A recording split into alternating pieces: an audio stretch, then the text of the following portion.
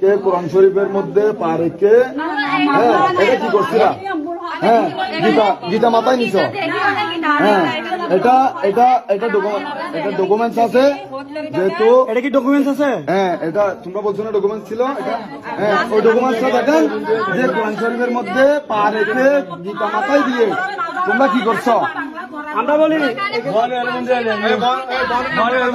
ব্রাহ্মণ গুলো তোমাদের ব্রাহ্মণ গুলো চক্রান্ত এখানে বন্ধ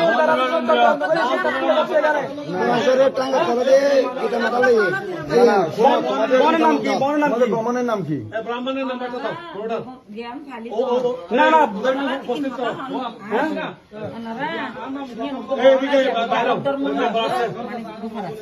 মেম্বার আছে না? ওই ঠিক আছে, আসবে তো এখন ও থানা নিয়ে গেলে তো অবশ্যই আসবে। ডকুমেন্টস দেখায়, প্রপার ডকুমেন্টস দেখায়, তারপর হচ্ছে কেন নিয়ে আসবে। হ্যাঁ, সবাই যাবে তারা, আপনি কেন যাবেন? না তুমি যে কোরআন অবমাননা করছো 5টা বছর হলো। আরে কোরআন অবমাননা লাগবে না, ও ইসলাম থেকে গেছে, এটা অনেক বড় হয়েছে, আমার দরকার নাই। ও এদের ধর্ম গেছে, এটা আমাদের দরকার বিষয় না।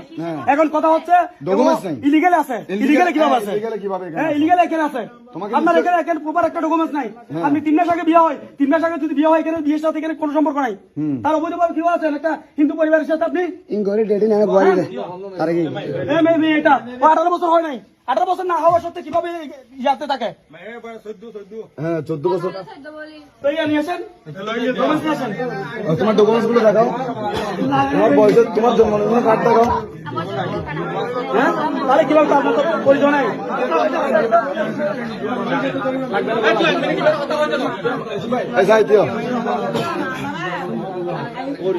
না ঠিক আছে,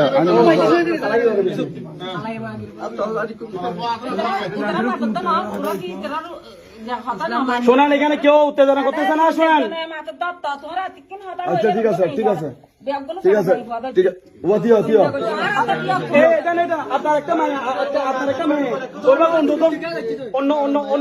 অন্য ধর্মের কাছে চলে যাবে, এটা আপনি সহজভাবে মেনে নিবেন? ডকুমেন্ট ছিল না, করেন না কেন? মানলো এবার তোরা মানলো নাকি না? তৈলি ব্যাস